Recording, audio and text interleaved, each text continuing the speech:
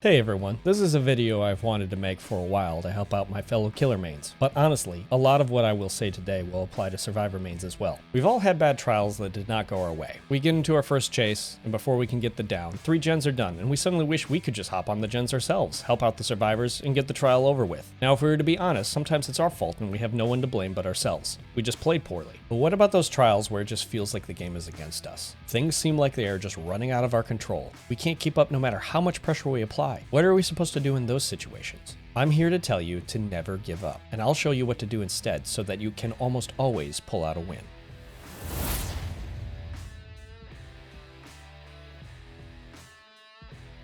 Control what you can. There are some things in this game that you can't control, but there's always something you can. For instance, you can't control where certain things will spawn on the map, but you can control how long you commit to a bad chase. If you've been in a chase for more than 40 seconds without getting the down, get out. You can't typically control where survivor chooses to run, but you can control how far into a dead zone you run to chase after them. If the survivor runs away from where active gens are being worked on, break chase and pressure gens. You can't stop a survivor from being toxic and trying to waste your time, but you can choose to focus on the other survivors instead and not fall for their bait. Focusing on what you can do, even when the trial is legitimately working against you, gives you back that feeling of control when things feel out of control. Learn to recover from your mistakes. When you make a mistake, you will need to learn to get it quickly out of your head. Remember that we all make mistakes, even the best players out there. Definitely do not be embarrassed, because this will likely negatively affect your confidence for the rest of the trial. Everyone makes mistakes, so don't let a mistake, no matter how rookie it is, get to you and sap you of your confidence. Instead, quickly ask yourself what you can do to learn from it, and then move on and try not to make that same mistake again. For instance, if you forget that one of the survivors has a flashlight while picking up a down survivor, and they pop out and get an easy flashlight stun on you, just shake it off, and then remember to check the area next time before picking someone up. You can also turn even the worst rookie mistakes into a positive. Sometimes early game mistakes can work to your advantage. I've seen survivors start playing more boldly and making more mistakes themselves because they think I'm bad due to some rookie errors I made early on in the trial. This happens to me a lot on my first trial of the day when I'm just warming up. I make silly mistakes and the survivors suspect that I don't know what I'm doing, so they start playing more fast and loose and open themselves up to be vulnerable mid to late trial because of it. So always shake off mistakes instead of letting them eat away at your confidence. Learn what you can and then use them to your advantage. Stay calm and slow down. This goes hand in hand with recovering from mistakes. When a trial isn't going our way, it can be easy to become tilted, to get upset, and this often leads to more mistakes, causing us to become more upset, and this vicious cycle can snowball quickly out of hand. The key here is to stay calm. Sometimes the game is literally working against you because of RNG or networking.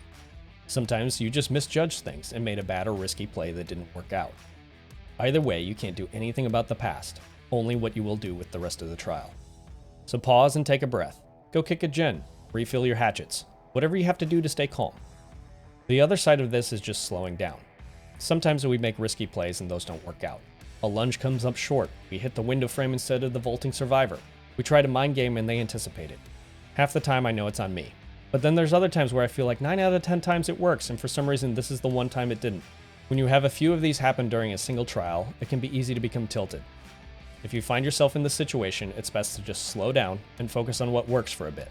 For example, let's say you're playing Huntress and none of your hatchets are landing. Stop taking risky throws and just focus on basic chase mechanics and M1 attacks to regain a little momentum. Yes, hatchet throws are technically better even at point blank range because the cooldown is shorter, but not if you're missing them and getting more and more frustrated. So stick to what you know will work, even if it's less efficient, until you can regain some momentum. Once you've turned things back in your favor a little, then you can start taking the riskier moves again. Just remember, stay calm and slow down. Real quick, if you're enjoying the video, can you please let me know by hitting the like button and leaving a comment down below? It really helps me out. Thanks. Look for opportunities to capitalize on. One example of this is to find the weak link. There is always at least one on every team. This will be the survivor who isn't as good as the others at looping, or who makes more mistakes, or who isn't looking behind them, and so on. Once you find them, focus 50% of your efforts on getting them out. I don't promote tunneling, at least early game, but every team has a weak link and getting them out before you are down to the final 3 gens gives you a better advantage. Other opportunities to capitalize on are survivor mistakes. Even great survivors don't play a perfect game and will make some mistakes themselves. They'll take a window too sharply for a fast vault, leaving them vulnerable. or they'll run into a corner while they're looking behind them and slow themselves down. The point is that they will make mistakes, and you want to position yourself to be able to take advantage of them. Slow down and wait for them to mess up. You don't want to miss a risky lunge to then watch them run into a wall while you're stuck in your missed attack animation. Another opportunity to look out for is survivor hubris, or pride. Remember what I said about sometimes early mistakes work in your favor? I've seen plenty of times where survivors get cocky because I've played poorly early game. You'll see this happen a lot when they are running gens on you and feel like they're in a good spot. They'll start to take more risks, and you can capitalize on this. I've had several trials where survivors got out ahead and put themselves in a fantastic position, only for me to bring it back at the end because they got comfortable and started taking risks that I could take advantage of. Also, be on the lookout for 3-gens. This should be part of your basic strategy regardless. If you don't know what a 3-gen is, this is where the final 3 gens are in close proximity to each other, and this allows the killer to apply pressure to each of them quickly and efficiently, almost simultaneously.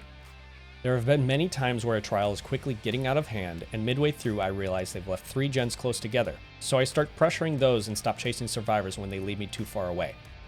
Often I've been able to turn the tide of a trial back in my favor that way.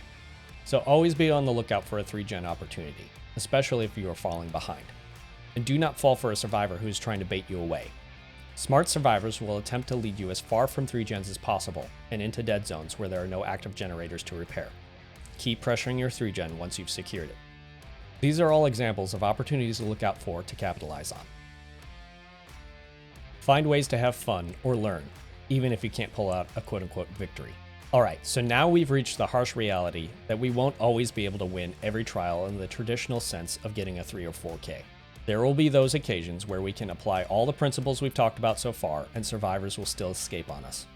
Now you might be asking at this point, wait, didn't the title of your video promise to tell me how to always win? Great question. No, I didn't try to clickbait you, I genuinely think we can get there, just hang with me.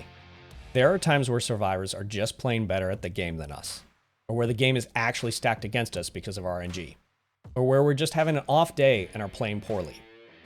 This is where I would recommend that you redefine what winning means for you, at least temporarily.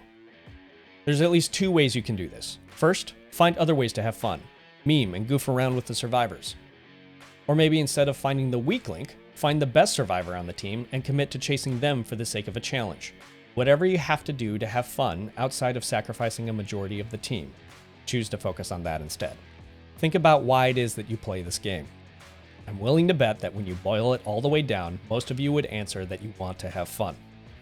So if you find ways to have fun regardless of what the scoreboard at the end of the trial says, I'd say you've won no matter what. I'd also argue that you win if you learn something that helps you get better at the game. Again, you might commit to chasing the strongest survivor on the team who's going to make you make mistakes, but mistakes that you can learn from and figure out what to do differently next time. You may not win that trial in terms of sacrificing all the survivors to the entity, but you still get better at the game, which is technically a better win overall. I'd rather lose a hard trial that makes me a better player and be able to get more 4Ks against better survivors down the road, than win an easy trial that makes me a lazier player that loses more trials in the future. As long as you're having fun and getting better at the game, then you're winning at the game. Now for those of you struggling to go against toxic survivors, I made a guide for that as well, which you can watch by clicking here. I'm going to let the rest of this gameplay play out for you so you can see how this trial ends. Obviously, I did not play well at the start. I made lots of mistakes, but by applying the principles that I've talked about in this video, it ended up pretty well for me. As always, you're awesome, stay awesome, and we'll see you next time. Cheers.